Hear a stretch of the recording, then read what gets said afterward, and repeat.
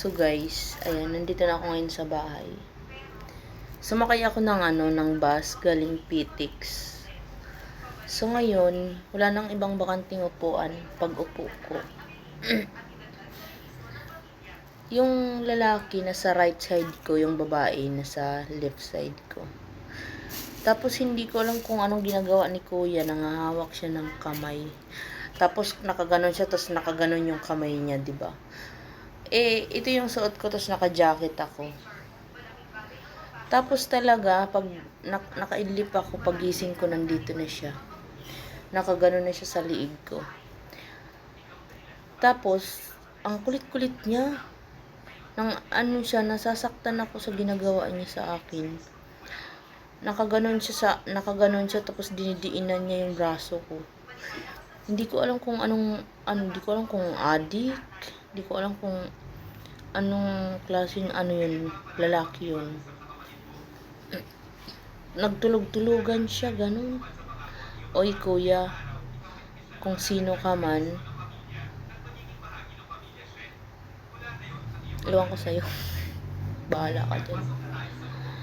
So ayun guys, tapos nakaganon ako sa bag ko. Nakaganon pala ako. Ginaganon-ganon niya yung kamay ko ba? Diba? Hindi ko alam kung ano lang siya. Diwan?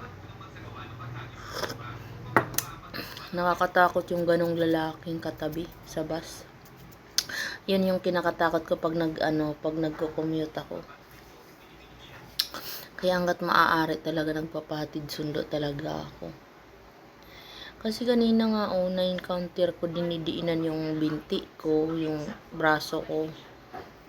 Kulang na lang matulog sa balikat ko. Siniko ko nga Kasabay ko pa talaga hanggang PTX.